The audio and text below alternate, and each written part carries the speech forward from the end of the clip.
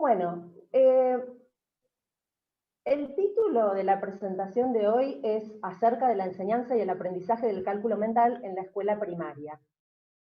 Eh, la verdad que es un título demasiado pretencioso para la charla que vamos a tener hoy, porque en realidad me parece que hay muchísimos documentos curriculares, hay muchísimo material sobre la enseñanza y el aprendizaje del cálculo mental en la escuela.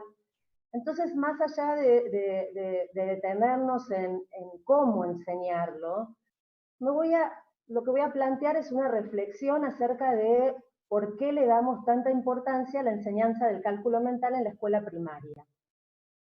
Entonces, para empezar, yo quería compartir con ustedes un meme, que es el siguiente meme, que muchos habrán visto por ahí, circulan mucho por Instagram, por Facebook.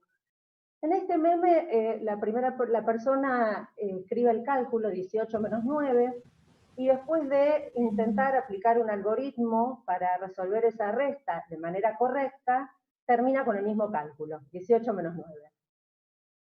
Esto es algo habitual en los estudiantes, ¿no? Digamos, aplicar un algoritmo para resolver un cálculo que en realidad el algoritmo no permite resolver. Entonces, frente a tener que resolver el mismo cálculo que había que resolver originalmente, o bien uno apela a la memoria, si es que sabe y se acuerda cuánto es 18 menos 9, o tiene que empezar a usar los dedos, empezar a restarle 9 a 18, ir bajando, 17, 16, 15, hasta llegar al resultado, o sumar desde 9 hasta 18 y ver cuánto había que agregarle para llegar a 18. Entonces, el algoritmo en este caso resulta totalmente inútil, ¿no? Porque no me brinda una respuesta para mi cálculo. Entonces, quería mostrar como contraparte de esto un razonamiento de Facundo, un nene de primer grado, que dice lo siguiente: ¿o no que 6 es 1 más que 5? Y 6 más 4 suma 10, porque si le sacás a 6 1 que le queda más que 5 y se lo agrego al 4, suma 10, porque sé que 5 y 5 suma 10. Y sigue. Si le sacás 1 al 6, te queda 5, y se lo agregás al 4, y después de 4 viene 5. En este caso, Facundo está explicando cómo él hace para saber que 6 más 4 suman 10 a partir de ciertos conocimientos que él tiene. Entonces, lo que quiero hacer en este momento es poner en contraposición estas dos maneras de resolver un cálculo, ¿no? Bien, entonces, lo primero que podemos decir es que las cuentas paradas no sirven para resolver cualquier cálculo. Ya vimos ese primer ejemplo, el del meme, que por más que estoy resolviendo correctamente un cálculo utilizando el algoritmo de la resta, no puedo encontrar el resultado de ese cálculo a través de ese algoritmo, porque me vuelve a quedar la misma cuenta que tengo. Pero va mucho más allá de eso, no es solamente que hay cuentas que me queda lo mismo que aplicando el algoritmo que no aplicándolo. Hay otras cuentas que en realidad no convienen resolver como cuentas paradas. Por ejemplo, 20 más 20 o 1000 más 3000. Digo, no importa la magnitud de los números con los que se trabaje. Hay cálculos que son fáciles de resolver mentalmente, apoyándose obviamente en determinados conocimientos previos. Pero para estos cálculos no tiene sentido escribir una cuenta parada. Ahora, esto no es absoluto, ¿no? Porque, digamos, depende de los conocimientos de quien esté resolviendo ese cálculo. Digo, cuanto más conocimientos uno tenga disponibles, mayor va a ser el conjunto de cálculos que me va a convenir resolver mentalmente y no haciendo una cuenta parada, aplicando un algoritmo. Y esto es interesante, ¿no? Porque poder determinar como docente cuál es ese conjunto de conocimientos disponibles me va a ayudar a saber cuál es el conjunto de cálculos que espero que mis alumnos puedan resolver utilizando técnicas de cálculo mental. ¿Está bien? Entonces, esto me lleva a pensar en cuáles son los distintos tipos de cálculo que deberíamos trabajar en la escuela. Por un lado tenemos el cálculo mental, que ahora vamos a definir bien a qué nos referimos con el cálculo mental. En el otro extremo tengo el cálculo algorítmico, que es, bueno, aplicar los distintos algoritmos para resolver los cálculos. Y en el medio tengo el cálculo estimativo, es decir, el que de alguna manera nos permite saber aproximadamente cuánto debería dar un cálculo. Y ese cálculo, ese tipo de cálculo, tiene una importancia enorme para nosotros en la matemática, porque es lo que va a funcionar como un mecanismo de control. Es lo que me va a decir si los resultados que estoy obteniendo son o no son coherentes. Entonces, desde la enseñanza es importante todo el tiempo trabajar con el cálculo estimativo, porque si no, no tienen manera los chicos de saber si lo que están resolviendo tiene sentido o no tiene sentido, ¿no? También aparece acá de manera transversal el uso de la calculadora. La calculadora también es un mecanismo de control para corregir los cálculos resueltos a través de otro mecanismo. Bien, entonces dijimos, tenemos por un lado el cálculo mental o reflexionado, y es importante entender que también tiene este nombre, porque la palabra mental no es tal vez un nombre muy feliz, porque mucha gente cree que es un cálculo que no requiere de ningún tipo de escritura, ¿no? Y en realidad no se refiere a eso. Yo creo que lo describe de mejor manera la palabra cálculo reflexionado, llamarlo cálculo reflexionado. ¿Y a qué se refiere? ¿Cuál es la definición? Es un conjunto de procedimientos que se articulan sin recurrir a un algoritmo preestablecido. En el mismo se utilizan una diversidad de técnicas que se adaptan a los números en juego y a los conocimientos o preferencias de quien resuelve el cálculo. Y acá quiero volver sobre esto.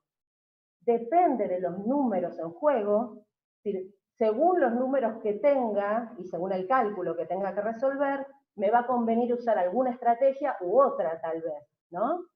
Y también depende de las preferencias de quien lo está resolviendo. Entonces, me gusta esta definición que toma en cuenta las preferencias, porque no hay una única manera de resolver un mismo cálculo. Y según las preferencias de cada uno, se puede resolver de una manera o de otra, y ambas pueden ser correctas. Es un cálculo reflexionado que muchas veces requiere del apoyo de la escritura, que es ventajoso para estimar resultados, realizar cálculos aproximados o exactos y como mecanismo de control de los algoritmos. Es decir que el cálculo mental también es una herramienta para hacer cálculos aproximados y por lo tanto para que funcionen como un mecanismo de control de lo que se está resolviendo. Por otro lado tenemos el cálculo algorítmico. ¿Cuál es la diferencia entre estas dos? El cálculo algoritmo es una serie de reglas aplicadas en un orden determinado, independientemente de los datos, y ahí ya es una gran diferencia, ¿no? En el caso del cálculo reflexionado, las estrategias que se ponen en juego dependen de los números que intervienen en ese cálculo, y por otro lado, las estrategias también varían en función de los números, de los datos, de las preferencias. Acá no, es una única manera de resolver el cálculo que no depende de los números y que, agrego, si se aplican correctamente, permite llegar al resultado correcto en una cantidad finita de pasos. ¿Está bien? Bien.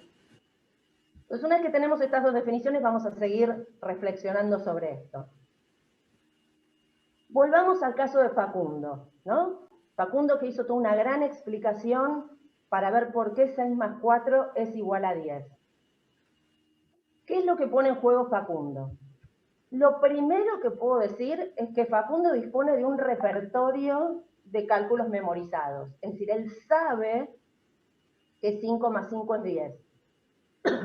Entonces, como él sabe que 5 más 5 es 10, él va a buscar una estrategia que le permita usar ese resultado que él ya conoce. La estrategia que él pone en juego es una estrategia de compensación. Es decir, el 1 que le saca al 6, se lo pone al 4, ¿para qué? Para llegar a ¿qué? Al 5 más 5 que él conoce. Entonces, fíjense cómo la relación es dialéctica entre estas dos cosas, ¿no? Digamos, el conjunto de repertorios determinan la estrategia y la estrategia también depende del conjunto de repertorios, del conjunto de cálculos conocidos.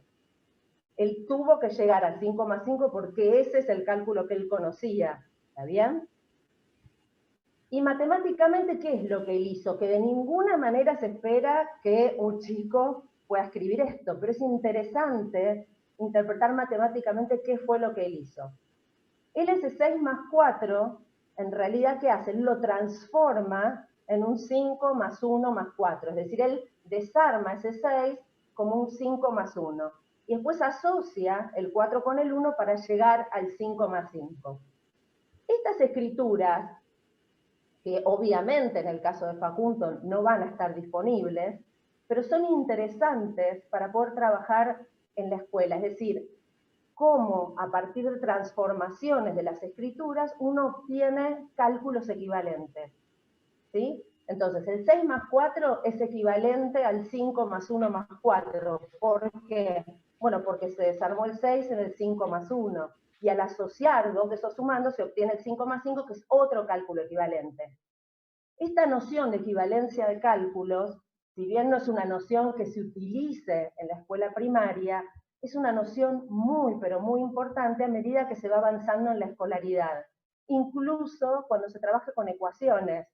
Digo, pensar en resolver una ecuación significa ir transformándola en ecuaciones equivalentes.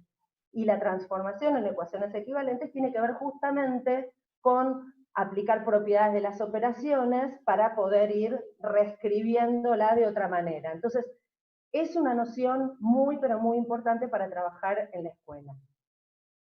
Bien.